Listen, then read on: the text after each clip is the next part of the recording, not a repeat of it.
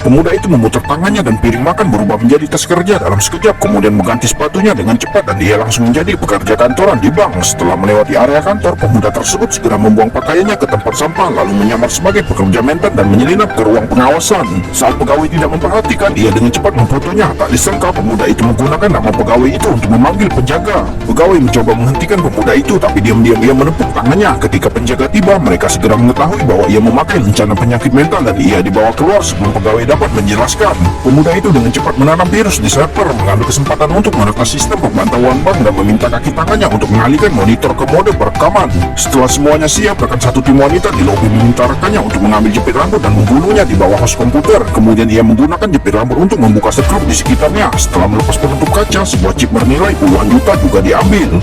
Pria itu segera menempelkannya di kartu remi dan kembali seolah-olah tidak terjadi apa-apa. Namun pengawas bank ingin memeriksa beberapa orang. Pemuda itu menggunakan kecepatan tangannya untuk menjaga kartu dari titik buta pengawasan. Tangan pria itu sangat cepat hingga petugas keamanan tidak menemukan apapun. Di saat petugas memeriksa bajunya, pemuda itu segera melemparkan kartu tersebut kepada rekan satu tim di sebelahnya. Setelah menerimanya, ia segera menyembunyikan kartu tersebut di lengan baju lalu membiarkan menyelinap ke dalam bajunya. Kemudian ubah posisi kartu dengan memutar badannya. Setelah gadis di sebelahnya selesai diperiksa, ia segera mengambil kembali kartunya. Gadis itu lewat tanpa suara menginjak kartu di bawah sepatu hak tingginya, lalu berpura-pura terjatuh dan dengan mudah mengambil kartu itu di tangannya. Pada saat ini wanita tersebut hendak menjalani pemeriksaan putaran kedua dan ia menyembunyikan kartu tersebut di dadanya sambil berbalik sehingga ia lolos dari keamanan.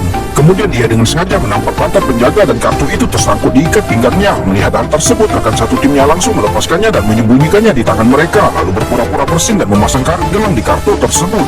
Rekan satu timnya diam-diam menarik karet gelang itu di tangannya. Dengan cara ini, setelah kartu itu berjalan beberapa saat, kartu itu kembali ke tangan pemuda itu lagi. Namun hal tersebut kebetulan dilihat oleh seorang penjaga yang segera membawa pemuda tersebut ke samping. Yang aneh adalah pemuda itu tidak memiliki kartu apapun di tangannya. Namun tak seorang pun dari mereka memperhatikan bahwa warna pakaian pemuda itu benar-benar menyatu dengan kartunya. Saat sekelompok dari mereka hendak memasuki pos pemeriksaan keamanan, pemuda itu dengan cepat melemparkan kartunya kembali, sementara wanita itu melemparkannya lebih keras ke udara. Akhirnya kartu itu sampai ke tangan orang ketiga yang segera menyembunyikannya di topinya. Melihat hal tersebut, rekan satu timnya segera menanyakan keamanan dompet mereka. Rekannya berusaha menarik perhatian, pria itu mengambil kesempatan untuk membuang kartu itu. Saat dompet membunyikan alarm, kartu itu juga terbang ke pakaian wanita tersebut. Mereka semua mengira itu adalah suara alarm dari dompet dan sama sekali tidak menyadarinya.